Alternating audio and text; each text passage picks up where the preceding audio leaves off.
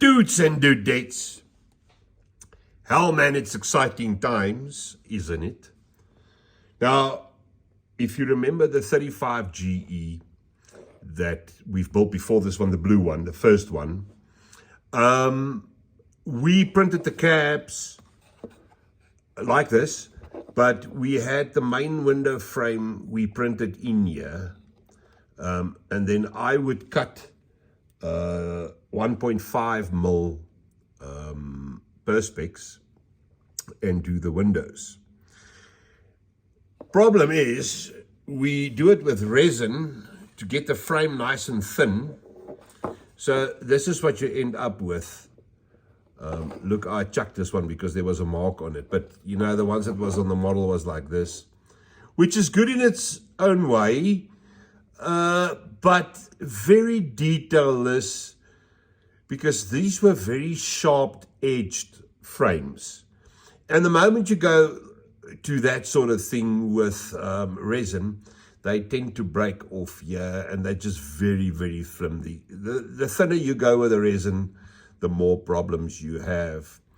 And when I put them on the model, it was not what I wanted. You see, with the main problem being, if you look at this, that window edge is very, very sharp.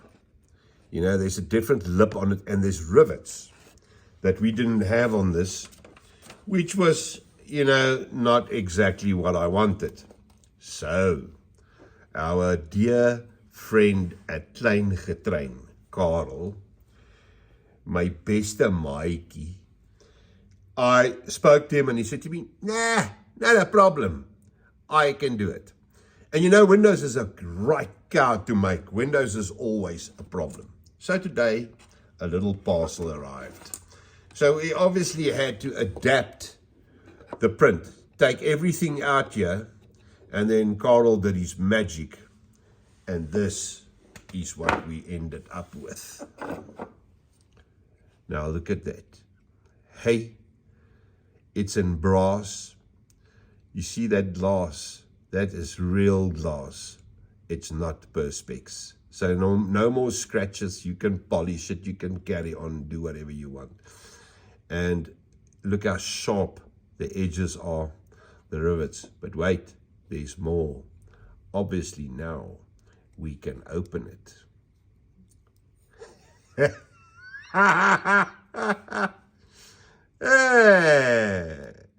So now we have sliding windows. This is just the next step in the evolution. He was also thinking, I see that at the back here, he did a stop there so that they can't slide past. So they only go to a point and then they stop. So that you can't slide them out the frame. Very, very nifty. So now what's going to happen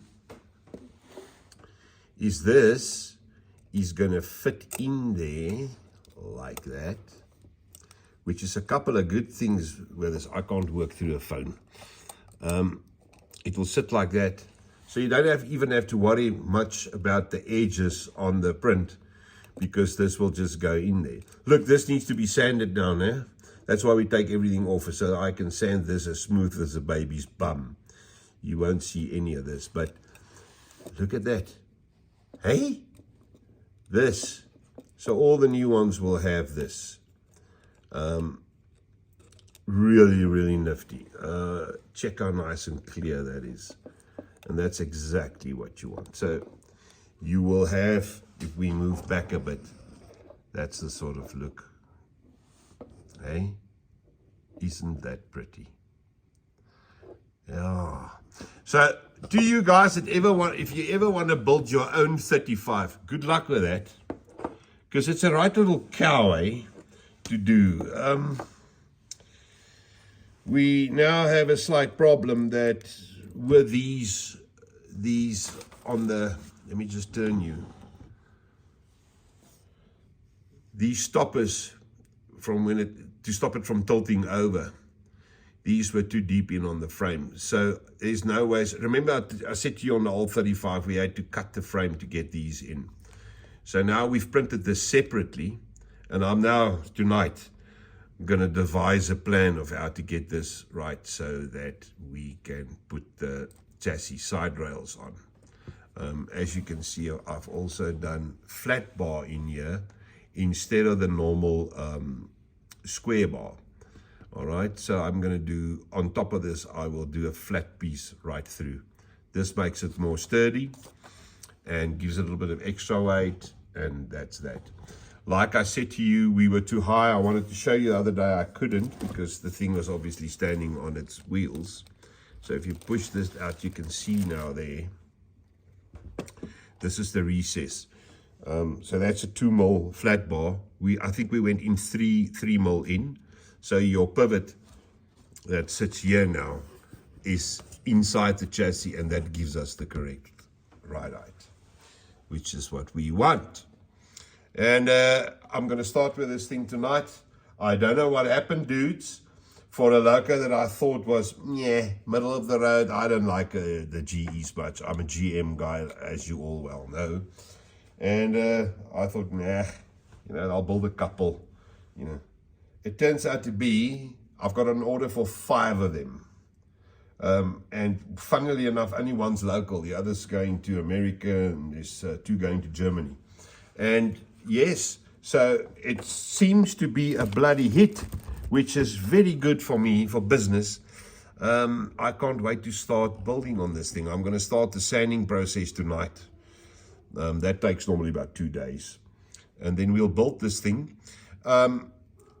Quote me on this. I think I want to get this done by the 1st or 2nd week. Now, let's make it the 1st week in July. This one must be done. All right, so I'm going to hammer this one. And it's going to be Gulf red as well, which is going to be nice. All right, dude, so that's basically that. But let's not stuff around. That is pretty. That is ridiculously pretty. Now, the SAR did all these frames on the GMs later as well. They put the aluminium frames on. They're obviously a different size, completely different size. So that's the next step for us on the 34s, is that we're going to put these frames in. You can choose, obviously, if you want the normal window or you want this window. And also now the later 37s, most of them had this. So you very seldom see a 37 now with normal windows. I don't think I've ever seen one. They all got these windows now. So now we can carry on and maybe do a 37 as well, which will be good. Oh yeah, I want to show you. This is those stoppers that sit on top there. That's that thing there. So I'm going to apply them separately. I'm going to do a plate on top and move them out and see where I can put the chassis. That all needs to be sorted out tonight. The production ones, I know now what was wrong on the original one. That's why I always build a reference logo. Okay, dudes, so that's basically that. It's lovely, exciting stuff. Thanks, Carl. Thanks, Tim and Fiona, my team, my printing team, everything. Thanks, Chris, for the drawings. And everything is just, yucks are brilliant. I'm so excited. I can just have a stroke, which I won't have right now, but later when I have time. Okay, dudes, see you later. Goed julle, tot ziens.